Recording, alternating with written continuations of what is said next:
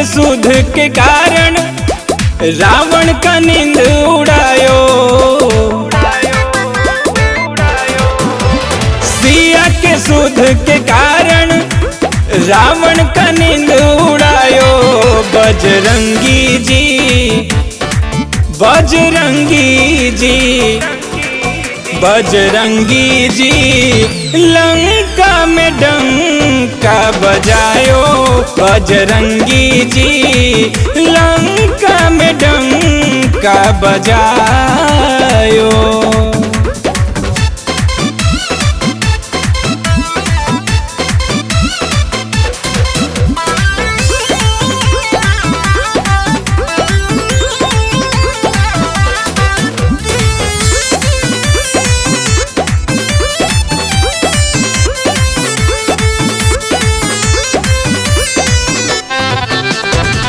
जब जामवंत जी याद दिलाए, तब हनुमंत अपने पावर में आए।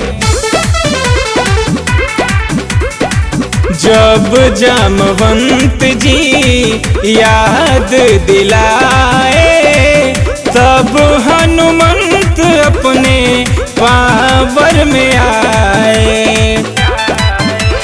बल बुद्धि के विधाता सुरसा से भी आशीष पायो। बल बुद्धि के विधाता सुरसा से भी आशीष पायो।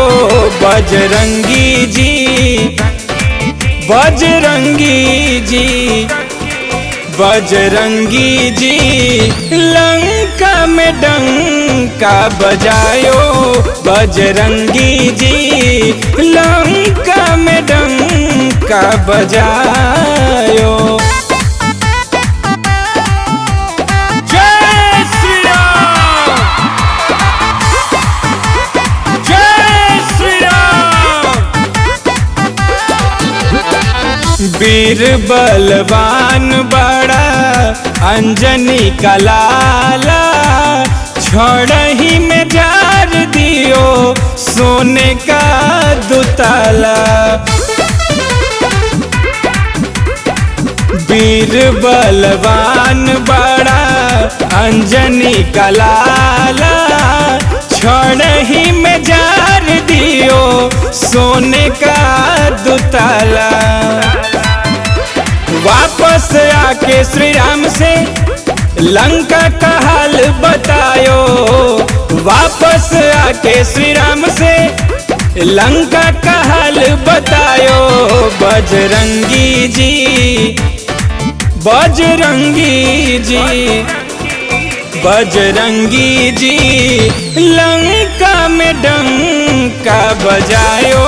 बजरंगी जी लंका में डंका बजायो।